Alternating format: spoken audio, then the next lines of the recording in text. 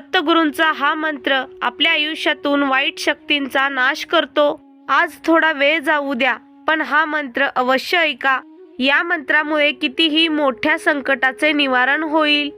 सकाळ संध्याकाळ दत्तगुरूंचा हा मंत्र ऐका। येत्या 11 दिवसात तुमच्या कानावर आनंदाची बातमी येईल। हा व्हिडिओ तुमच्या समोर योगायोगाने आला नाही, हा दत्तगुरूंचा तुमच्यासाठी संदेश आहे। हा व्हिडिओ चुकवणे म्हणजे दत्तगुरूंकडून आलेला आशीर्वाद गमावण्यासारखे आहे। दत्तगुरू म्हणतायत, मी काळानुसार बदलणारा देव नाही, तर तुझ्यावर खरे प्रेम करणारा देव आहे। तुम्ही रडून केलेल्या प्रार्थना देवाने ऐकल्या आहेत। तुमच्या आयुष्यात येणारे दिवस आनंदाने, प्रेमाने आणि सखोल शांतीने भरलेले असतील। मी तुझ्या आयुष्याला सुखाने, चमत्काराने भरून टाकीन। देवाचा आशीर्वाद प्राप्त करण्यासाठी श्री स्वामी समर्थ, श्री गुरुदेव दत्त असे टाईप करा। महाराज म्हणतायत, पुढील 30 मिनिटे माझ्यासोबत राहा। हे माझे शब्द तुझ्या कुटुंबाचे रक्षण करतील आणि तुझी सर्वात मोठी इच्छा पूर्ण करतील। महाराज म्हणतायत, तू माझ्यासाठी मौल्यवान आहेस। मी तुझ्यावर संकट येऊ देणार नाही। कितीही मोठी गरिबी, कर्ज, दुःख, आजार मी संपवून टाकीन। तुमचे विचार माझ्यापर्यंत पोहोचण्यापूर्वीच माझा आशीर्वाद तुम्हाला मिळालेला असेल। ज्या चमत्काराची तुम्ही आतुरतेने वाट पाहत होता, तो चमत्कार आता तुमच्या जवळ येतोय। तुम्ही आज वेळ देऊन विश्वासाने ऐकलेला हा मंत्र, ही वेळ कधीही वाया जाणार नाही। तुम्ही जो वेळ दिला त्यापेक्षा दुप्पटीने तुम्हाला याचे फळ मिळणार आहे। शांत मनाने, शांत आत्म्याने हा मंत्र ऐका आणि मग बघा तुमच्या आयुष्यात कसा चमत्कार होतो। हा साधासुधा मंत्र नसून या मंत्राला हलक्यात घेऊ नका। हा दत्तगुरू महाराजांचा प्रभावी मंत्र आहे।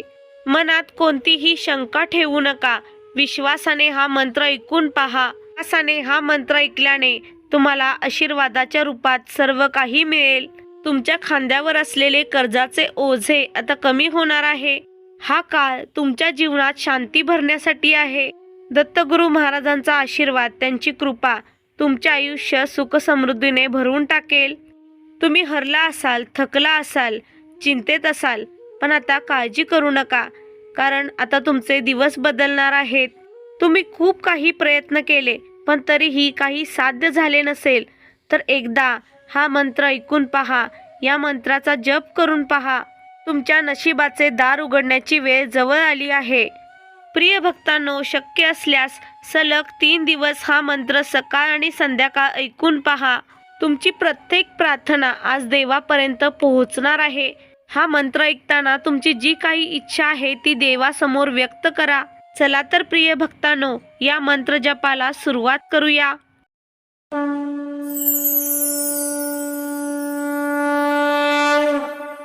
ओम श्री गुरुदेव दत्त श्रीपाद श्री वल्लभाय नमः। ओम श्री गुरुदेव दत्त श्रीपाद श्री वल्लभाय नमः। ओम श्री गुरुदेव दत्त श्रीपाद श्री वल्लभाय नमः। ओम श्री गुरुदेव दत्त श्रीपाद श्री वल्लभाय नमः। ओम श्री गुरुदेव दत्त श्रीपाद श्री वल्लभाय नमः। ओम श्री गुरुदेव दत्त श्रीपाद श्री वल्लभाय नमः। ओम श्री गुरुदेव दत्त श्रीपाद श्री वल्लभाय नमः। ओम श्री गुरुदेव दत्त श्रीपाद श्री वल्लभाय नमः। ओम श्री गुरुदेव दत्त श्रीपाद श्री वल्लभाय नमः। ओम श्री गुरुदेव दत्त श्रीपाद श्री वल्लभाय नमः। ओम श्री गुरुदेव दत्त श्रीपाद श्री वल्लभाय नमः। ओम श्री गुरुदेव दत्त श्रीपाद श्री वल्लभाय नमः। ओम श्री गुरुदेव दत्त श्रीपाद श्री वल्लभाय नमः। ओम श्री गुरुदेव दत्त श्रीपाद श्री वल्लभाय नमः। ओम श्री गुरुदेव दत्त श्रीपाद श्री वल्लभाय नमः। ओम श्री गुरुदेव दत्त श्रीपाद श्री वल्लभाय नमः। ओम श्री गुरुदेव दत्त श्रीपाद श्री वल्लभाय नमः। ओम श्री गुरुदेव दत्त श्रीपाद श्री वल्लभाय नमः। ओम श्री गुरुदेव दत्त श्रीपाद श्री वल्लभाय नमः। ओम श्री गुरुदेव दत्त श्रीपाद श्री वल्लभाय नमः। ओम श्री गुरुदेव दत्त श्रीपाद श्री वल्लभाय नमः। ओम श्री गुरुदेव दत्त श्रीपाद श्री वल्लभाय नमः। ओम श्री गुरुदेव दत्त श्रीपाद श्री वल्लभाय नमः। ओम श्री गुरुदेव दत्त श्रीपाद श्री वल्लभाय नमः। ओम श्री गुरुदेव दत्त श्रीपाद श्री वल्लभाय नमः। ओम श्री गुरुदेव दत्त श्रीपाद श्री वल्लभाय नमः। ओम श्री गुरुदेव दत्त श्रीपाद श्री वल्लभाय नमः। ओम श्री गुरुदेव दत्त श्रीपाद श्री वल्लभाय नमः। ओम श्री गुरुदेव दत्त श्रीपाद श्री वल्लभाय नमः। ओम श्री गुरुदेव दत्त श्रीपाद श्री वल्लभाय नमः। ओम श्री गुरुदेव दत्त श्रीपाद श्री वल्लभाय नमः। ओम श्री गुरुदेव दत्त श्रीपाद श्री वल्लभाय नमः। ओम श्री गुरुदेव दत्त श्रीपाद श्री वल्लभाय नमः। ओम श्री गुरुदेव दत्त श्रीपाद श्री वल्लभाय नमः। ओम श्री गुरुदेव दत्त श्रीपाद श्री वल्लभाय नमः। ओम श्री गुरुदेव दत्त श्रीपाद श्री वल्लभाय नमः। ओम श्री गुरुदेव दत्त श्रीपाद श्री वल्लभाय नमः। ओम श्री गुरुदेव दत्त श्रीपाद श्री वल्लभाय नमः। ओम श्री गुरुदेव दत्त श्रीपाद श्री वल्लभाय नमः। ओम श्री गुरुदेव दत्त श्रीपाद श्री वल्लभाय नमः। ओम श्री गुरुदेव दत्त श्रीपाद श्री वल्लभाय नमः। ओम श्री गुरुदेव दत्त श्रीपाद श्री वल्लभाय नमः। ओम श्री गुरुदेव दत्त श्रीपाद श्री वल्लभाय नमः। ओम श्री गुरुदेव दत्त श्रीपाद श्री वल्लभाय नमः। ओम श्री गुरुदेव दत्त श्रीपाद श्री वल्लभाय नमः। ओम श्री गुरुदेव दत्त श्रीपाद श्री वल्लभाय नमः। ओम श्री गुरुदेव दत्त श्रीपाद श्री वल्लभाय नमः। ओम श्री गुरुदेव दत्त श्रीपाद श्री वल्लभाय नमः। ओम श्री गुरुदेव दत्त श्रीपाद श्री वल्लभाय नमः। ओम श्री गुरुदेव दत्त श्रीपाद श्री वल्लभाय नमः। ओम श्री गुरुदेव दत्त श्रीपाद श्री वल्लभाय नमः। ओम श्री गुरुदेव दत्त श्रीपाद श्री वल्लभाय नमः। ओम श्री गुरुदेव दत्त श्रीपाद श्री वल्लभाय नमः। ओम श्री गुरुदेव दत्त श्रीपाद श्री वल्लभाय नमः। ओम श्री गुरुदेव दत्त श्रीपाद श्री वल्लभाय नमः। ओम श्री गुरुदेव दत्त श्रीपाद श्री वल्लभाय नमः। ओम श्री गुरुदेव दत्त श्रीपाद श्री वल्लभाय नमः। ओम श्री गुरुदेव दत्त श्रीपाद श्री वल्लभाय नमः। ओम श्री गुरुदेव दत्त श्रीपाद श्री वल्लभाय नमः। ओम श्री गुरुदेव दत्त श्रीपाद श्री वल्लभाय नमः। ओम श्री गुरुदेव दत्त श्रीपाद श्री वल्लभाय नमः। ओम श्री गुरुदेव दत्त श्रीपाद श्री वल्लभाय नमः। ओम श्री गुरुदेव दत्त श्रीपाद श्री वल्लभाय नमः। ओम श्री गुरुदेव दत्त श्रीपाद श्री वल्लभाय नमः। ओम श्री गुरुदेव दत्त श्रीपाद श्री वल्लभाय नमः। ओम श्री गुरुदेव दत्त श्रीपाद श्री वल्लभाय नमः। ओम श्री गुरुदेव दत्त श्रीपाद श्री वल्लभाय नमः। ओम श्री गुरुदेव दत्त श्रीपाद श्री वल्लभाय नमः।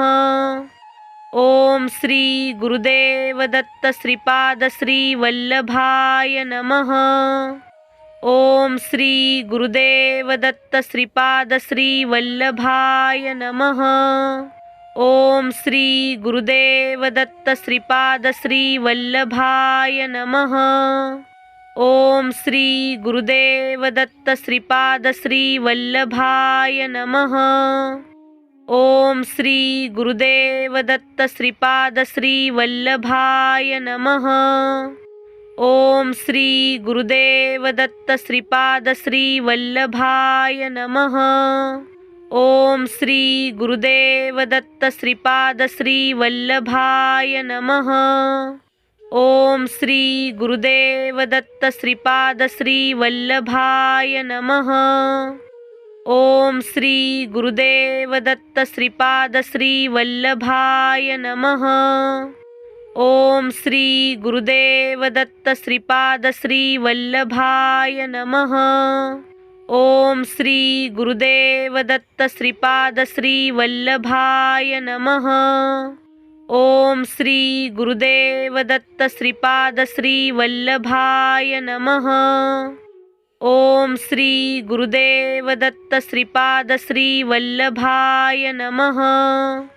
ओम श्री गुरुदेव दत्त श्रीपाद श्री वल्लभाय नमः। ओम श्री गुरुदेव दत्त श्रीपाद श्री वल्लभाय नमः। ओम श्री गुरुदेव दत्त श्रीपाद श्री वल्लभाय नमः। ओम श्री गुरुदेव दत्त श्रीपाद श्री वल्लभाय नमः। ओम श्री गुरुदेव दत्त श्रीपाद श्री वल्लभाय नमः। ओम श्री गुरुदेव दत्त श्रीपाद श्री वल्लभाय नमः। ओम श्री गुरुदेव दत्त श्रीपाद श्री वल्लभाय नमः। ओम श्री गुरुदेव दत्त श्रीपाद श्री वल्लभाय नमः। ओम श्री गुरुदेव दत्त श्रीपाद श्री वल्लभाय नमः। ओम श्री गुरुदेव दत्त श्रीपाद श्री वल्लभाय नमः। ओम श्री गुरुदेव दत्त श्रीपाद श्री वल्लभाय नमः। ओम श्री गुरुदेव दत्त श्रीपाद श्री वल्लभाय नमः। ओम श्री गुरुदेव दत्त श्रीपाद श्री वल्लभाय नमः। ओम श्री गुरुदेव दत्त श्रीपाद श्री वल्लभाय नमः। ओम श्री गुरुदेव दत्त श्रीपाद श्री वल्लभाय नमः।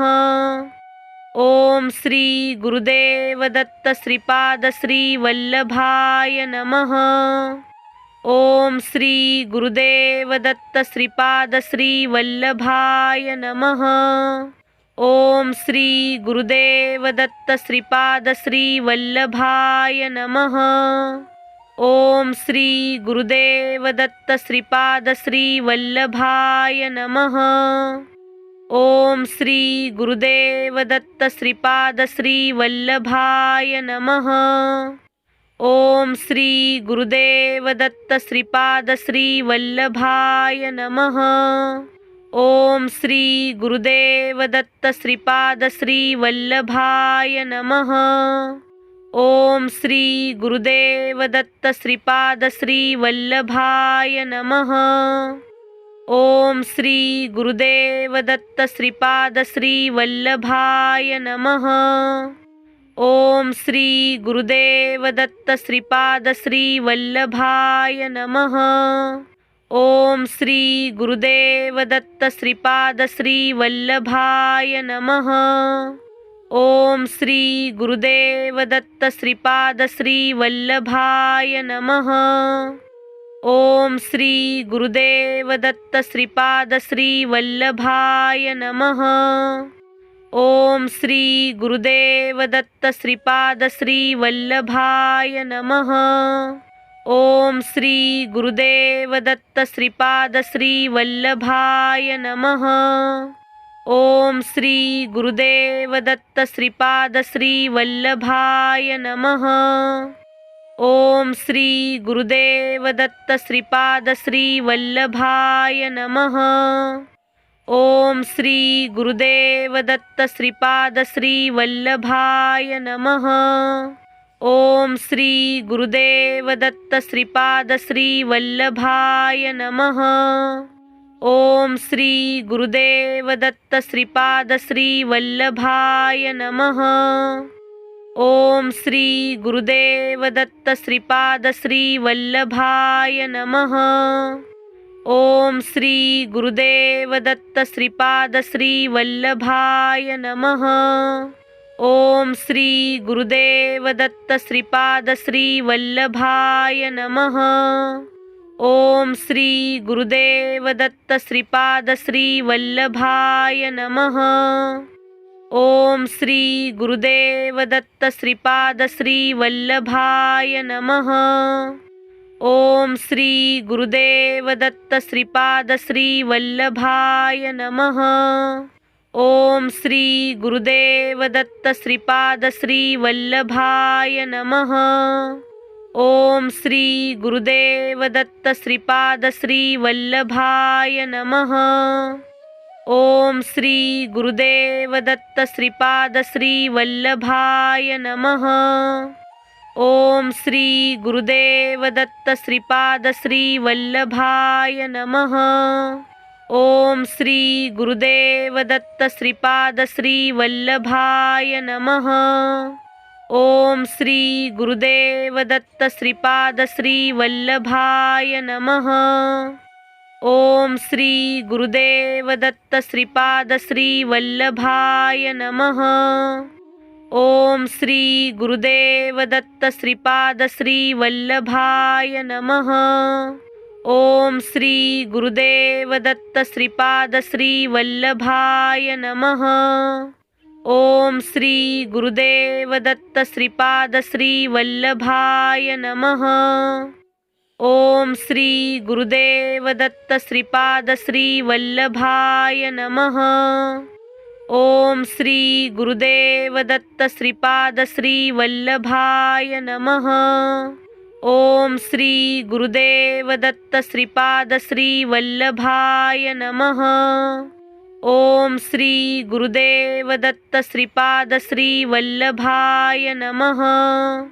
ओम श्री गुरुदेव दत्त श्रीपाद श्री वल्लभाय नमः। ओम श्री गुरुदेव दत्त श्रीपाद श्री वल्लभाय नमः। ओम श्री गुरुदेव दत्त श्रीपाद श्री वल्लभाय नमः। ओम श्री गुरुदेव दत्त श्रीपाद श्री वल्लभाय नमः। ओम श्री गुरुदेव दत्त श्रीपाद श्री वल्लभाय नमः। ओम श्री गुरुदेव दत्त श्रीपाद श्री वल्लभाय नमः। ओम श्री गुरुदेव दत्त श्रीपाद श्री वल्लभाय नमः। ओम श्री गुरुदेव दत्त श्रीपाद श्री वल्लभाय नमः। ओम श्री गुरुदेव दत्त श्रीपाद श्री वल्लभाय नमः। ओम श्री गुरुदेव दत्त श्रीपाद श्री वल्लभाय नमः। ओम श्री गुरुदेव दत्त श्रीपाद श्री वल्लभाय नमः। ओम श्री गुरुदेव दत्त श्रीपाद श्री वल्लभाय नमः। ओम श्री गुरुदेव दत्त श्रीपाद श्री वल्लभाय नमः। ओम श्री गुरुदेव दत्त श्रीपाद श्री वल्लभाय नमः। ओम श्री गुरुदेव दत्त श्रीपाद श्री वल्लभाय नमः। ओम श्री गुरुदेव दत्त श्रीपाद श्री वल्लभाय नमः। ओम श्री गुरुदेव दत्त श्रीपाद श्री वल्लभाय नमः। ओम श्री गुरुदेव दत्त श्रीपाद श्री वल्लभाय नमः। ओम श्री गुरुदेव दत्त श्रीपाद श्री वल्लभाय नमः। ओम श्री गुरुदेव दत्त श्रीपाद श्री वल्लभाय नमः। ओम श्री गुरुदेव दत्त श्रीपाद श्री वल्लभाय नमः। ओम श्री गुरुदेव दत्त श्रीपाद श्री वल्लभाय नमः। ओम श्री गुरुदेव दत्त श्रीपाद श्री वल्लभाय नमः। ओम श्री गुरुदेव दत्त श्रीपाद श्री वल्लभाय नमः। ओम श्री गुरुदेव दत्त श्रीपाद श्री वल्लभाय नमः। ओम श्री गुरुदेव दत्त श्रीपाद श्री वल्लभाय नमः। ओम श्री गुरुदेव दत्त श्रीपाद श्री वल्लभाय नमः। ओम श्री गुरुदेव दत्त श्रीपाद श्री वल्लभाय नमः। ओम श्री गुरुदेव दत्त श्रीपाद श्री वल्लभाय नमः। ओम श्री गुरुदेव दत्त श्रीपाद श्री वल्लभाय नमः। ओम श्री गुरुदेव दत्त श्रीपाद श्री वल्लभाय नमः। ओम श्री गुरुदेव दत्त श्रीपाद श्री वल्लभाय नमः। ओम श्री गुरुदेव दत्त श्रीपाद श्री वल्लभाय नमः। ओम श्री गुरुदेव दत्त श्रीपाद श्री वल्लभाय नमः। ओम श्री गुरुदेव दत्त श्रीपाद श्री वल्लभाय नमः। ओम श्री गुरुदेव दत्त श्रीपाद श्री वल्लभाय नमः। ओम श्री गुरुदेव दत्त श्रीपाद श्री वल्लभाय नमः। ओम श्री गुरुदेव दत्त श्रीपाद श्री वल्लभाय नमः। ओम श्री गुरुदेव दत्त श्रीपाद श्री वल्लभाय नमः। ओम श्री गुरुदेव दत्त श्रीपाद श्री वल्लभाय नमः। ओम श्री गुरुदेव दत्त श्रीपाद श्री वल्लभाय नमः। ओम श्री गुरुदेव दत्त श्रीपाद श्री वल्लभाय नमः। ओम श्री गुरुदेव दत्त श्रीपाद श्री वल्लभाय नमः। ओम श्री गुरुदेव दत्त श्रीपाद श्री वल्लभाय नमः। ओम श्री गुरुदेव दत्त श्रीपाद श्री वल्लभाय नमः। ओम श्री गुरुदेव दत्त श्रीपाद श्री वल्लभाय नमः। ओम श्री गुरुदेव दत्त श्रीपाद श्री वल्लभाय नमः। ओम श्री गुरुदेव दत्त श्रीपाद श्री वल्लभाय नमः। ओम श्री गुरुदेव दत्त श्रीपाद श्री वल्लभाय नमः। ओम श्री गुरुदेव दत्त श्रीपाद श्री वल्लभाय नमः। ओम श्री गुरुदेव दत्त श्रीपाद श्री वल्लभाय नमः। ओम श्री गुरुदेव दत्त श्रीपाद श्री वल्लभाय नमः। ओम श्री गुरुदेव दत्त श्रीपाद श्री वल्लभाय नमः। ओम श्री गुरुदेव दत्त श्रीपाद श्री वल्लभाय नमः। ओम श्री गुरुदेव दत्त श्रीपाद श्री वल्लभाय नमः। ओम श्री गुरुदेव दत्त श्रीपाद श्री वल्लभाय नमः। ओम श्री गुरुदेव दत्त श्रीपाद श्री वल्लभाय नमः। ओम श्री गुरुदेव दत्त श्रीपाद श्री वल्लभाय नमः। ओम श्री गुरुदेव दत्त श्रीपाद श्री वल्लभाय नमः। ओम श्री गुरुदेव दत्त श्रीपाद श्री वल्लभाय नमः। ओम श्री गुरुदेव दत्त श्रीपाद श्री वल्लभाय नमः। ओम श्री गुरुदेव दत्त श्रीपाद श्री वल्लभाय नमः। ओम श्री गुरुदेव दत्त श्रीपाद श्री वल्लभाय नमः। ओम श्री गुरुदेव दत्त श्रीपाद श्री वल्लभाय नमः। ओम श्री गुरुदेव दत्त श्रीपाद श्री वल्लभाय नमः। ओम श्री गुरुदेव दत्त श्रीपाद श्री वल्लभाय नमः। ओम श्री गुरुदेव दत्त श्रीपाद श्री वल्लभाय नमः। ओम श्री गुरुदेव दत्त श्रीपाद श्री वल्लभाय नमः। ओम श्री गुरुदेव दत्त श्रीपाद श्री वल्लभाय नमः। ओम श्री गुरुदेव दत्त श्रीपाद श्री वल्लभाय नमः। ओम श्री गुरुदेव दत्त श्रीपाद श्री वल्लभाय नमः। ओम श्री गुरुदेव दत्त श्रीपाद श्री वल्लभाय नमः। ओम श्री गुरुदेव दत्त श्रीपाद श्री वल्लभाय नमः। ओम श्री गुरुदेव दत्त श्रीपाद श्री वल्लभाय नमः। ओम श्री गुरुदेव दत्त श्रीपाद श्री वल्लभाय नमः।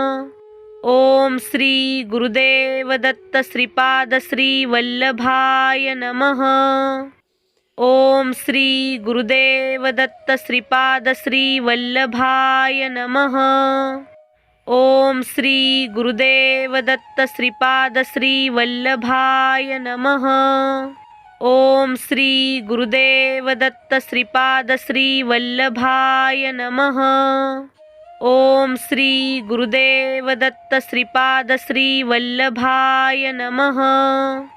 ओम श्री गुरुदेव दत्त श्रीपाद श्री वल्लभाय नमः।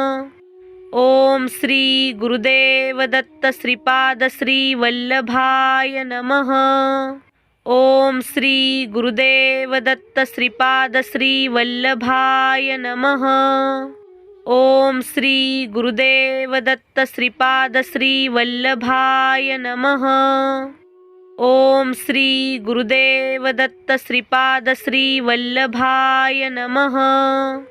ओम श्री गुरुदेव दत्त श्रीपाद श्री वल्लभाय नमः। ओम श्री गुरुदेव दत्त श्रीपाद श्री वल्लभाय नमः।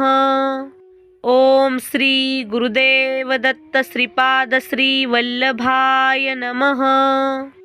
ओम श्री गुरुदेव दत्त श्रीपाद श्री वल्लभाय नमः।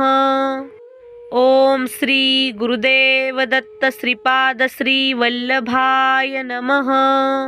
ओम श्री गुरुदेव दत्त श्रीपाद श्री वल्लभाय नमः। ओम श्री गुरुदेव दत्त श्रीपाद श्री वल्लभाय नमः। ओम श्री गुरुदेव दत्त श्रीपाद श्री वल्लभाय नमः। ओम श्री गुरुदेव दत्त श्रीपाद श्री वल्लभाय नमः।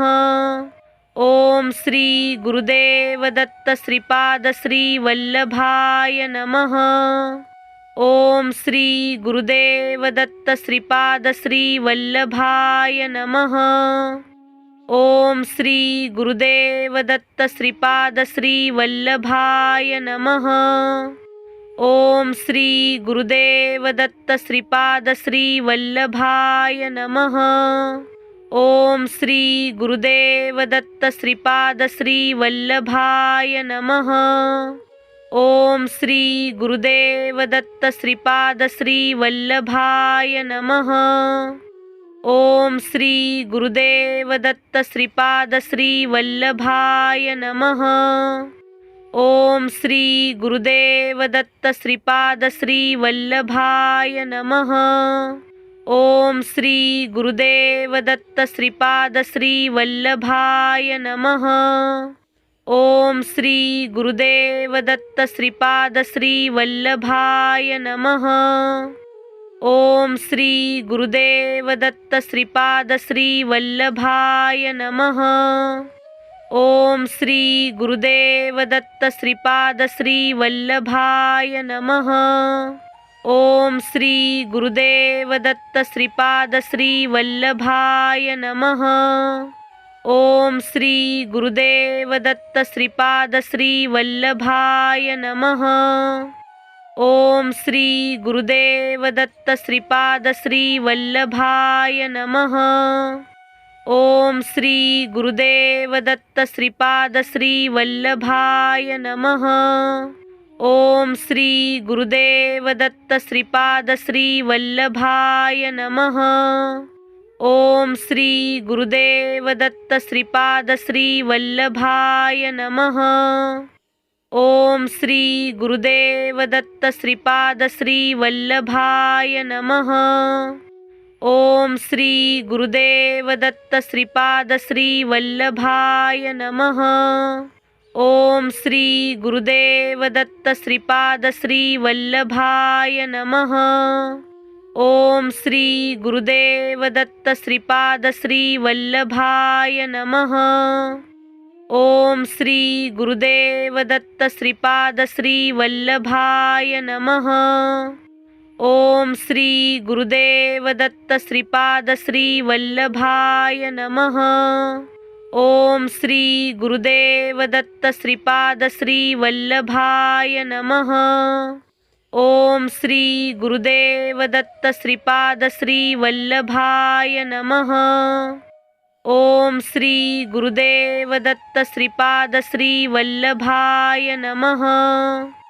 ओम श्री गुरुदेव दत्त श्रीपाद श्री वल्लभाय नमः।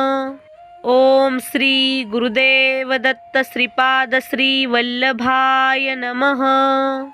ओम श्री गुरुदेव दत्त श्रीपाद श्री वल्लभाय नमः। ओम श्री गुरुदेव दत्त श्रीपाद श्री वल्लभाय नमः। ओम श्री गुरुदेव दत्त श्रीपाद श्री वल्लभाय नमः। ओम श्री गुरुदेव दत्त श्रीपाद श्री वल्लभाय नमः। ओम श्री गुरुदेव दत्त श्रीपाद श्री वल्लभाय नमः।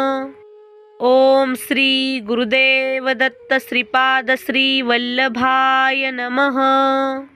ओम श्री गुरुदेव दत्त श्रीपाद श्री वल्लभाय नमः।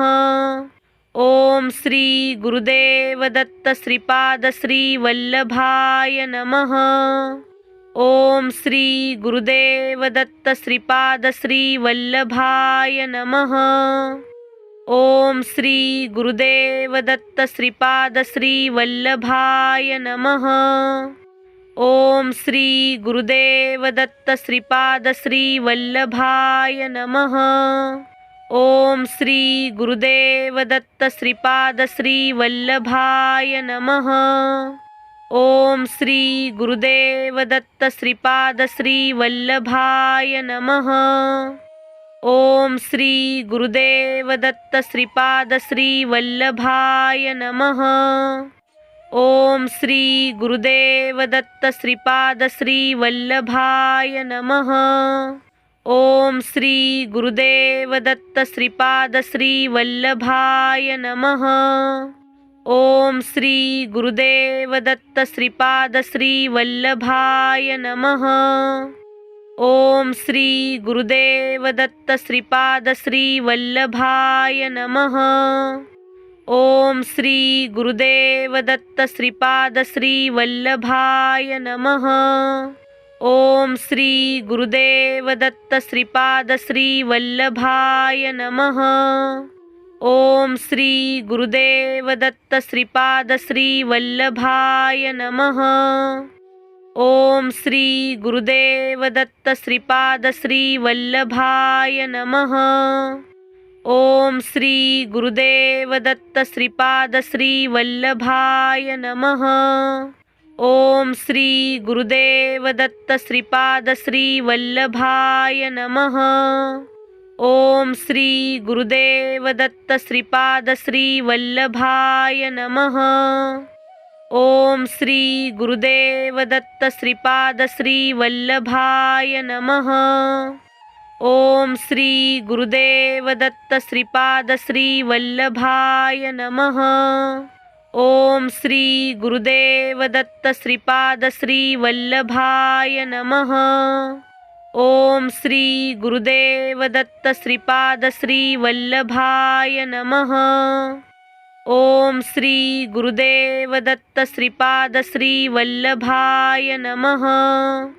ओम श्री गुरुदेव दत्त श्रीपाद श्री वल्लभाय नमः। ओम श्री गुरुदेव दत्त श्रीपाद श्री वल्लभाय नमः। ओम श्री गुरुदेव दत्त श्रीपाद श्री वल्लभाय नमः। ओम श्री गुरुदेव दत्त श्रीपाद श्री वल्लभाय नमः। ओम श्री गुरुदेव दत्त श्रीपाद श्री वल्लभाय नमः। ओम श्री गुरुदेव दत्त श्रीपाद श्री वल्लभाय नमः। ओम श्री गुरुदेव दत्त श्रीपाद श्री वल्लभाय नमः। ओम श्री गुरुदेव दत्त श्रीपाद श्री वल्लभाय नमः। ओम श्री गुरुदेव दत्त श्रीपाद श्री वल्लभाय नमः। ओम श्री गुरुदेव दत्त श्रीपाद श्री वल्लभाय नमः। ओम श्री गुरुदेव दत्त श्रीपाद श्री वल्लभाय नमः। ओम श्री गुरुदेव दत्त श्रीपाद श्री वल्लभाय नमः। ओम श्री गुरुदेव दत्त श्रीपाद श्री वल्लभाय नमः। ओम श्री गुरुदेव दत्त श्रीपाद श्री वल्लभाय नमः। ओम श्री गुरुदेव दत्त श्रीपाद श्री वल्लभाय नमः। ओम श्री गुरुदेव दत्त श्रीपाद श्री वल्लभाय नमः। ओम श्री गुरुदेव दत्त श्रीपाद श्री वल्लभाय नमः।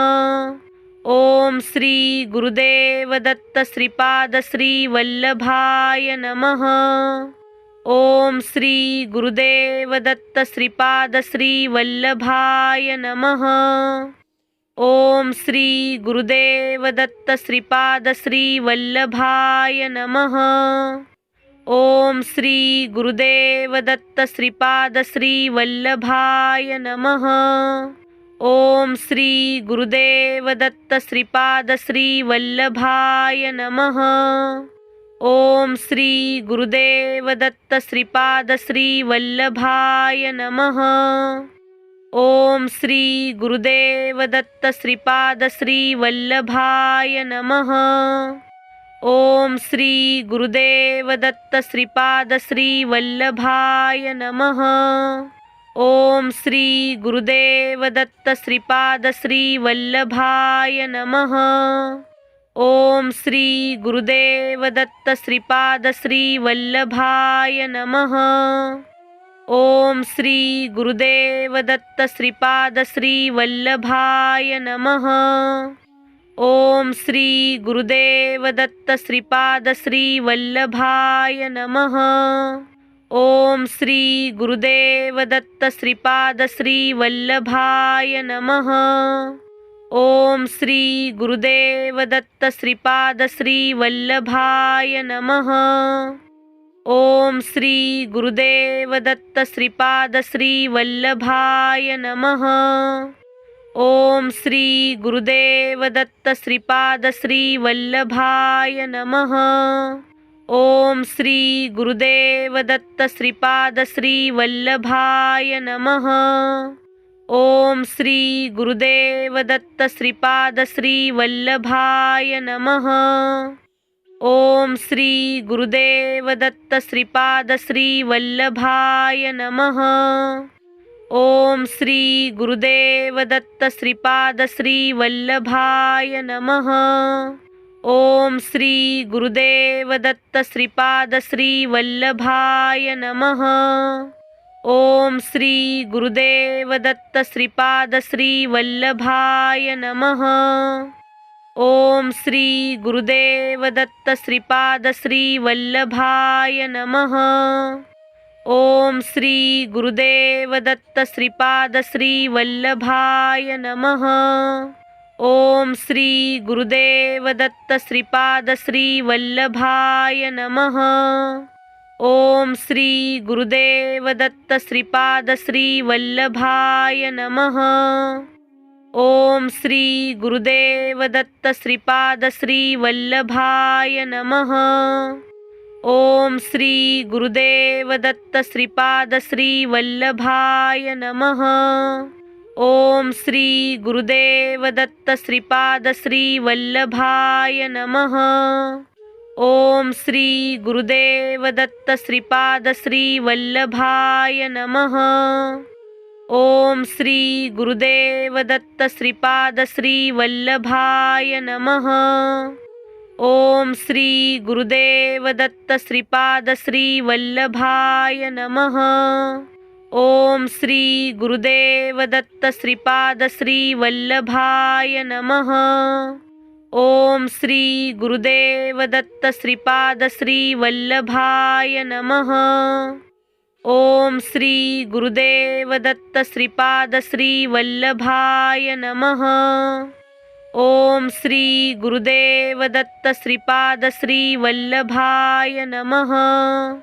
ओम श्री गुरुदेव दत्त श्रीपाद श्री वल्लभाय नमः. ओम श्री गुरुदेव दत्त श्रीपाद श्री वल्लभाय नमः.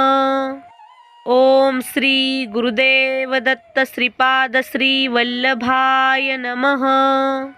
ओम श्री गुरुदेव दत्त श्रीपाद श्री वल्लभाय नमः.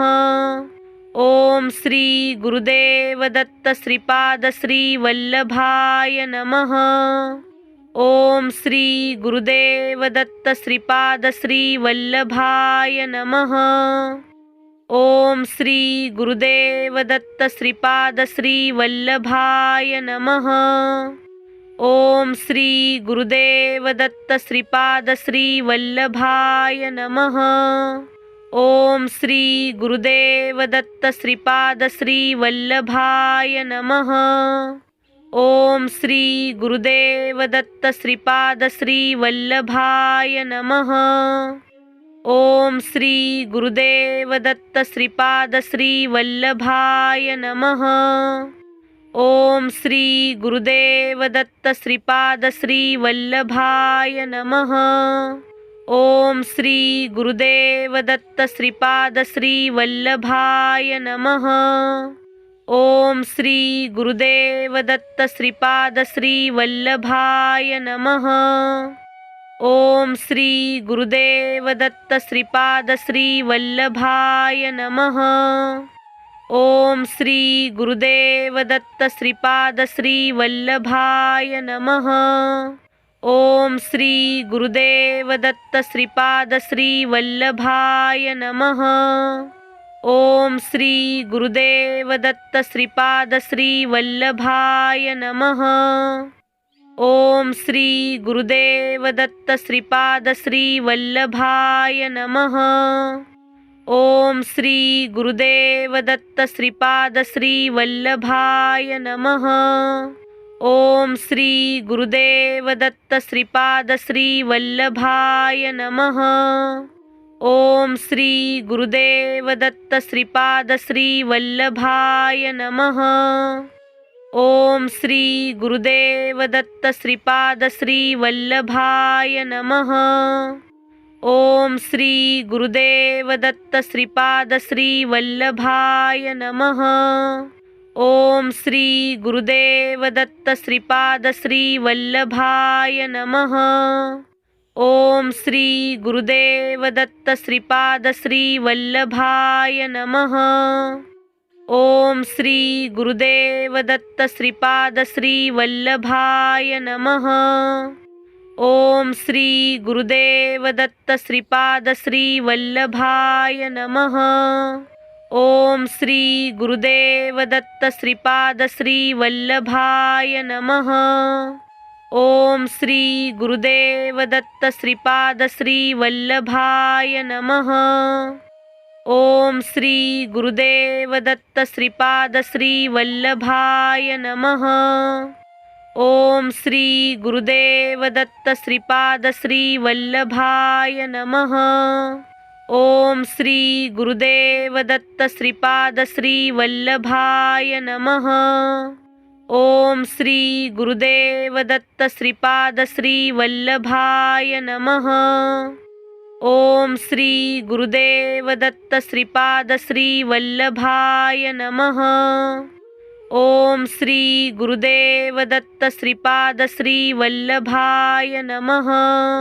ओम श्री गुरुदेव दत्त श्रीपाद श्री वल्लभाय नमः।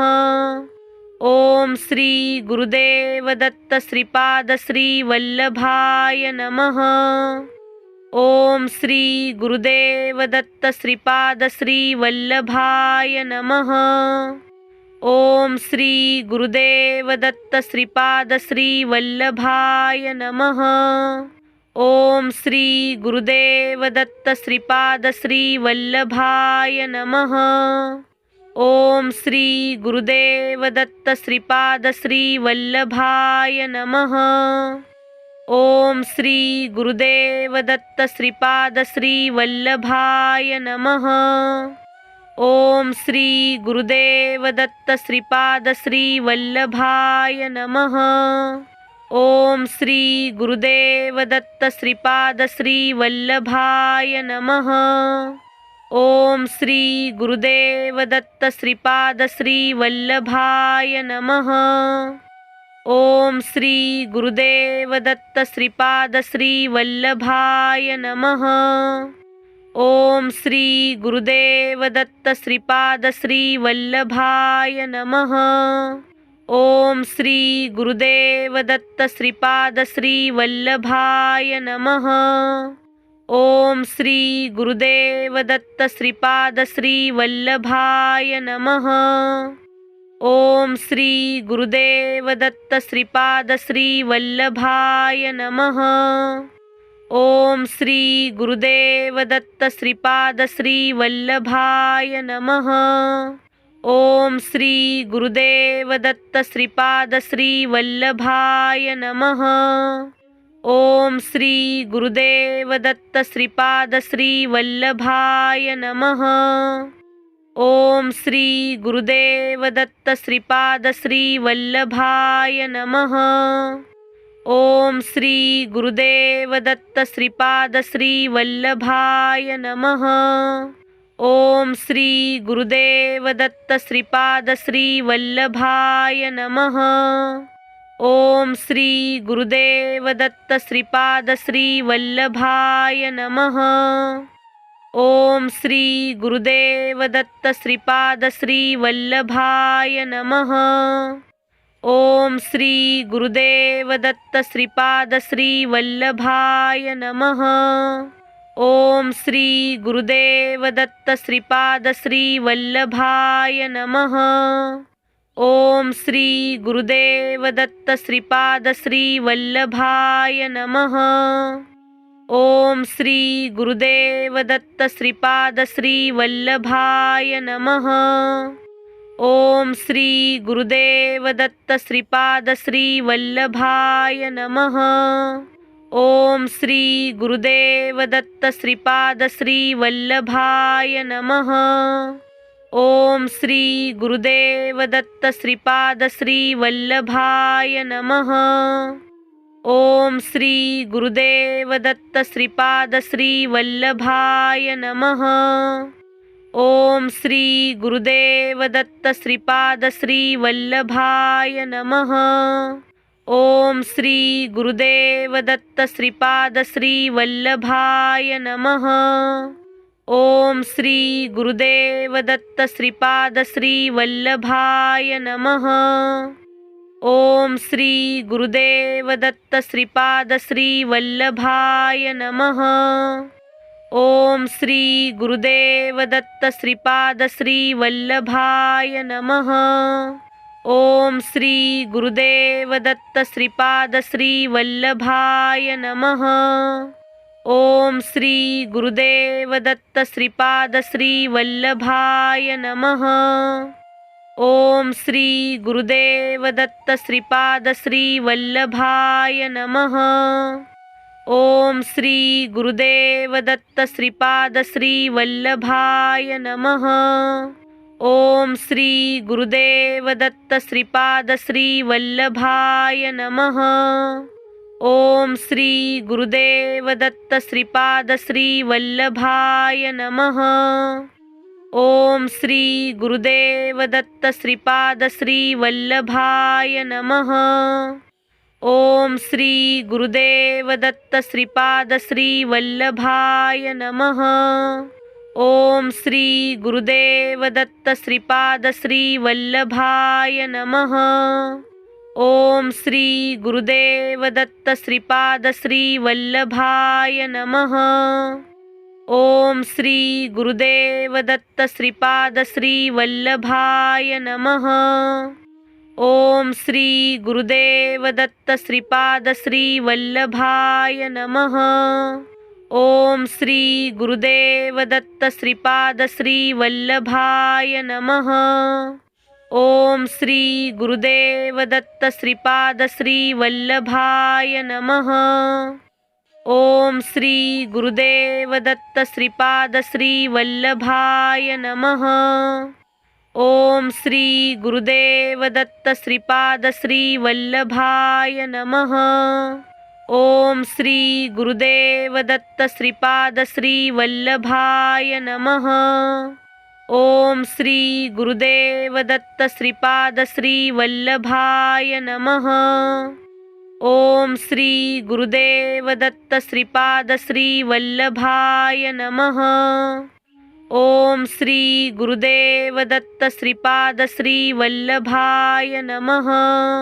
ओम श्री गुरुदेव दत्त श्रीपाद श्री वल्लभाय नमः। ओम श्री गुरुदेव दत्त श्रीपाद श्री वल्लभाय नमः। ओम श्री गुरुदेव दत्त श्रीपाद श्री वल्लभाय नमः। ओम श्री गुरुदेव दत्त श्रीपाद श्री वल्लभाय नमः। ओम श्री गुरुदेव दत्त श्रीपाद श्री वल्लभाय नमः। ओम श्री गुरुदेव दत्त श्रीपाद श्री वल्लभाय नमः। ओम श्री गुरुदेव दत्त श्रीपाद श्री वल्लभाय नमः। ओम श्री गुरुदेव दत्त श्रीपाद श्री वल्लभाय नमः।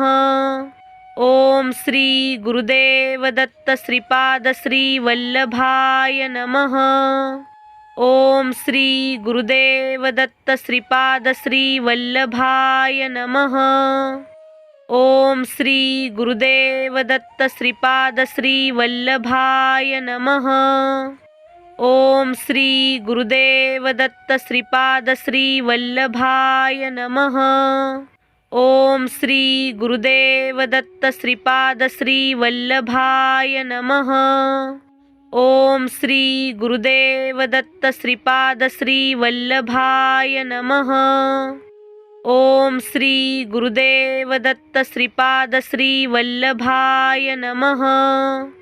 ओम श्री गुरुदेव दत्त श्रीपाद श्री वल्लभाय नमः। ओम श्री गुरुदेव दत्त श्रीपाद श्री वल्लभाय नमः।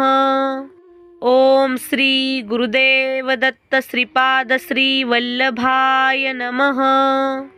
ओम श्री गुरुदेव दत्त श्रीपाद श्री वल्लभाय नमः। ओम श्री गुरुदेव दत्त श्रीपाद श्री वल्लभाय नमः। ओम श्री गुरुदेव दत्त श्रीपाद श्री वल्लभाय नमः। ओम श्री गुरुदेव दत्त श्रीपाद श्री वल्लभाय नमः। ओम श्री गुरुदेव दत्त श्रीपाद श्री वल्लभाय नमः। ओम श्री गुरुदेव दत्त श्रीपाद श्री वल्लभाय नमः। ओम श्री गुरुदेव दत्त श्रीपाद श्री वल्लभाय नमः। ओम श्री गुरुदेव दत्त श्रीपाद श्री वल्लभाय नमः। ओम श्री गुरुदेव दत्त श्रीपाद श्री वल्लभाय नमः। ओम श्री गुरुदेव दत्त श्रीपाद श्री वल्लभाय नमः। ओम श्री गुरुदेव दत्त श्रीपाद श्री वल्लभाय नमः। ओम श्री गुरुदेव दत्त श्रीपाद श्री वल्लभाय नमः। ओम श्री गुरुदेव दत्त श्रीपाद श्री वल्लभाय नमः। ओम श्री गुरुदेव दत्त श्रीपाद श्री वल्लभाय नमः। ओम श्री गुरुदेव दत्त श्रीपाद श्री वल्लभाय नमः। ओम श्री गुरुदेव दत्त श्रीपाद श्री वल्लभाय नमः। ओम श्री गुरुदेव दत्त श्रीपाद श्री वल्लभाय नमः। ओम श्री गुरुदेव दत्त श्रीपाद श्री वल्लभाय नमः। ओम श्री गुरुदेव दत्त श्रीपाद श्री वल्लभाय नमः। ओम श्री गुरुदेव दत्त श्रीपाद श्री वल्लभाय नमः। ओम श्री गुरुदेव दत्त श्रीपाद श्री वल्लभाय नमः। ओम श्री गुरुदेव दत्त श्रीपाद श्री वल्लभाय नमः। ओम श्री गुरुदेव दत्त श्रीपाद श्री वल्लभाय नमः। ओम श्री गुरुदेव दत्त श्रीपाद श्री वल्लभाय नमः। ओम श्री गुरुदेव दत्त श्रीपाद श्री वल्लभाय नमः। ओम श्री गुरुदेव दत्त श्रीपाद श्री वल्लभाय नमः। ओम श्री गुरुदेव दत्त श्रीपाद श्री वल्लभाय नमः। ओम श्री गुरुदेव दत्त श्रीपाद श्री वल्लभाय नमः। ओम श्री गुरुदेव दत्त श्रीपाद श्री वल्लभाय नमः। ओम श्री गुरुदेव दत्त श्रीपाद श्री वल्लभाय नमः। ओम श्री गुरुदेव दत्त श्रीपाद श्री वल्लभाय नमः। ओम श्री गुरुदेव दत्त श्रीपाद श्री वल्लभाय नमः। ओम श्री गुरुदेव दत्त श्रीपाद श्री वल्लभाय नमः। ओम श्री गुरुदेव दत्त श्रीपाद श्री वल्लभाय नमः। ओम श्री गुरुदेव दत्त श्रीपाद श्री वल्लभाय नमः। ओम श्री गुरुदेव दत्त श्रीपाद श्री वल्लभाय नमः।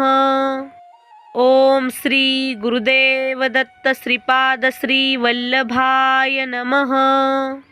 ओम श्री गुरुदेव दत्त श्रीपाद श्री वल्लभाय नमः. ओम श्री गुरुदेव दत्त श्रीपाद श्री वल्लभाय नमः. ओम श्री गुरुदेव दत्त श्रीपाद श्री वल्लभाय नमः. ओम श्री गुरुदेव दत्त श्रीपाद श्री वल्लभाय नमः. ओम श्री गुरुदेव दत्त श्रीपाद श्री वल्लभाय नमः. ओम श्री गुरुदेव दत्त श्रीपाद श्री वल्लभाय नमः. ओम श्री गुरुदेव दत्त श्रीपाद श्री वल्लभाय नमः. ओम श्री गुरुदेव दत्त श्रीपाद श्री वल्लभाय नमः.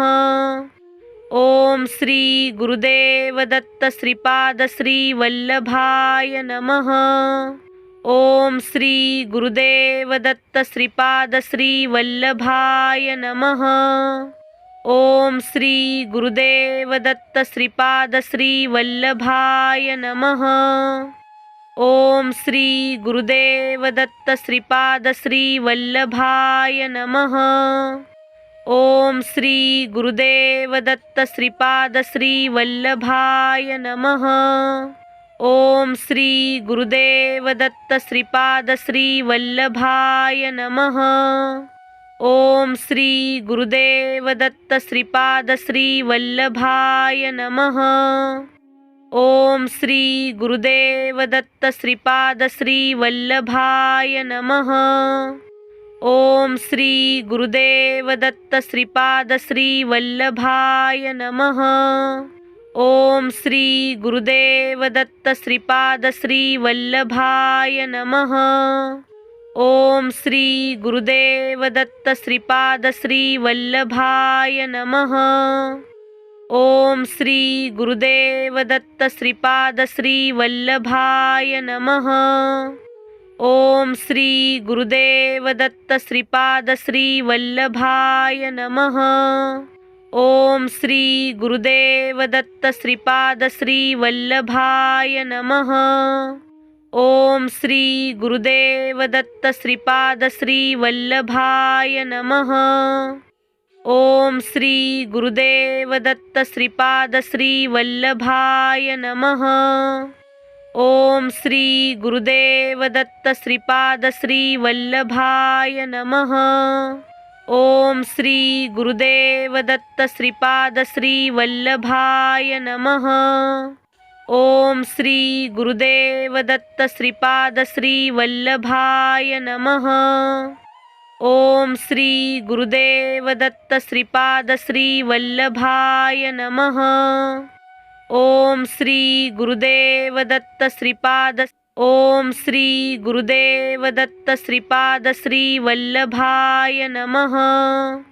ओम श्री गुरुदेव दत्त श्रीपाद श्री वल्लभाय नमः. ओम श्री गुरुदेव दत्त श्रीपाद श्री वल्लभाय नमः. ओम श्री गुरुदेव दत्त श्रीपाद श्री वल्लभाय नमः. ओम श्री गुरुदेव दत्त श्रीपाद श्री वल्लभाय नमः. ओम श्री गुरुदेव दत्त श्रीपाद श्री वल्लभाय नमः. ओम श्री गुरुदेव दत्त श्रीपाद श्री वल्लभाय नमः. ओम श्री गुरुदेव दत्त श्रीपाद श्री वल्लभाय नमः.